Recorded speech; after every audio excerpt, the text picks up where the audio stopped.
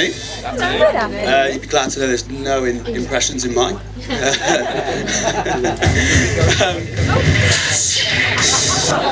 It's hard enough as it is, pal. I'm going to go slightly against tradition and start with a toast. So, you'd all like to raise your glasses. To Dan. To Dan. May he rest in peace. For those who don't know me, long-time mentor and wingman to Dan.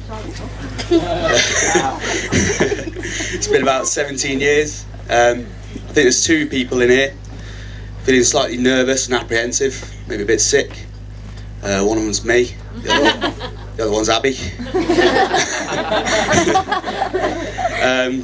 I was honoured when Dan asked me to be his best man. I was really looking forward to it, organising the stag and everything, until I realised I'd have to write a speech and read it out to 90 of his closest friends and family on the biggest day of his life. But I generally have found it really difficult the last couple of weeks. I left it a bit late. Made it even harder after 10 beers in the same bed as Dan last night, scrawling it on a piece of paper. I was trying to shield it from his eyes. The speech. This is my first best man speech and hopefully my last. I did a little investigation about what it consists of. It's usually about 5 minutes staring into the best man, 2 minutes complimenting the bride, and then about a 30-second toast. I wish I could stand up here and tear into Dan for 7.5 minutes instead, but he's generally one of the nicest blokes I know. He's one of the best friends. He's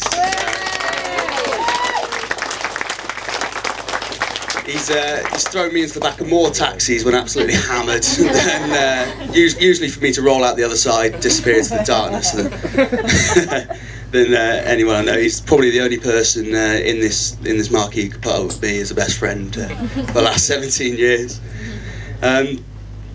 One of our most recent nights out, he actually pulled me away from a homeless man who I was trying to exchange my wallet with for his dog.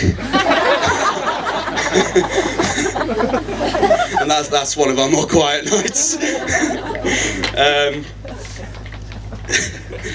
In all seriousness, Dan's poured his heart and soul into this wedding. As you can see by how beautiful the marquee looks and how beautiful Abby looks as well. Dress doesn't come for free. He's left me absolutely nothing to do for this wedding. I don't know if that's because he didn't trust me or... He gave me 3 things. He told me to turn up on the right day, which I did, to be fair. He told me to get a van, which I did. And he told me to look after the rings and make sure they get to church. Lost them twice in the house, left them in the pub, and left them in the van before we even got... He's one of the most generous and honest people I know. And like I said, it's an absolute privilege to be stood up here today.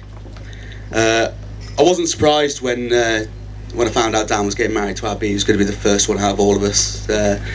He's always been like that. He tried to rush himself through his driving test. How did that go? Second time's alright. Second time. But he's always been like that. He's one of the most motivated people I know.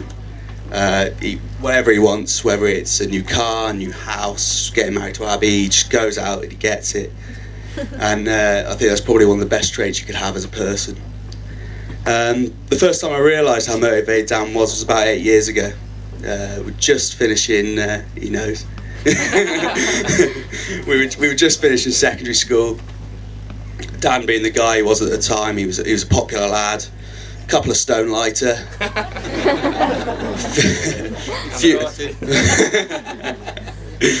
a few less grey hairs at the time. Dark, some would even say handsome. I wouldn't personally, but yeah, he was one of the cool kids in school, and as every cool kid looks forward to picture day, like he was one of the girls. I think he was the first of the metrosexuals. So there we are, year 11 picture day. there we are queued up. Me and Dan in different forms, so he comes slightly later than myself. I'm there without a care in the world, grass stained, sweating from rugby at lunchtime. Dan comes in, perfectly gelled hair, steps into the light. I thought, well, he's Dan been away in the last couple of days. No, he's been venturing into his tinted moisturiser apparently. Comes in looking like a young David Dickinson. And continues to tell the tale how he'd been down the local co-op the night before and not read the instructions for the tinted moisturiser. Now, I've worked so hard to try and find a photo of it. You're not going to put that long, but I went to Ali earlier this week, knowing full well that if she had purchased that photo, she would be here today. But it is absolutely amazing what favours you could pull in when you're trying to embarrass your best mate on the most important day of his life. And having a few connections at the school from my time there in my gap year, they went into their archives. They keep it for 10 years apparently, Dan. I don't know. 10 years.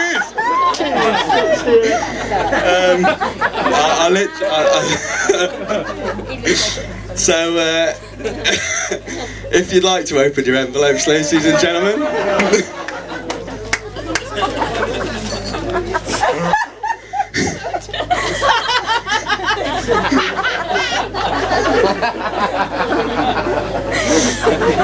That's it. That is genuinely it. I missed that there. What, you missed not having grey hair? With all seriousness, it's been a fantastic day. The effort put in by Dan and Abby has been rewarded by the state of the marquee and the turnout of all you guys. And if you'd like to raise a glass, it's been an immense pleasure. I invite you all to upstand and raise your glasses in a toast to Dan and Abby. Wish them well for the future, and long may they enjoy their happy marriage. Cheers. 27.50 to 35.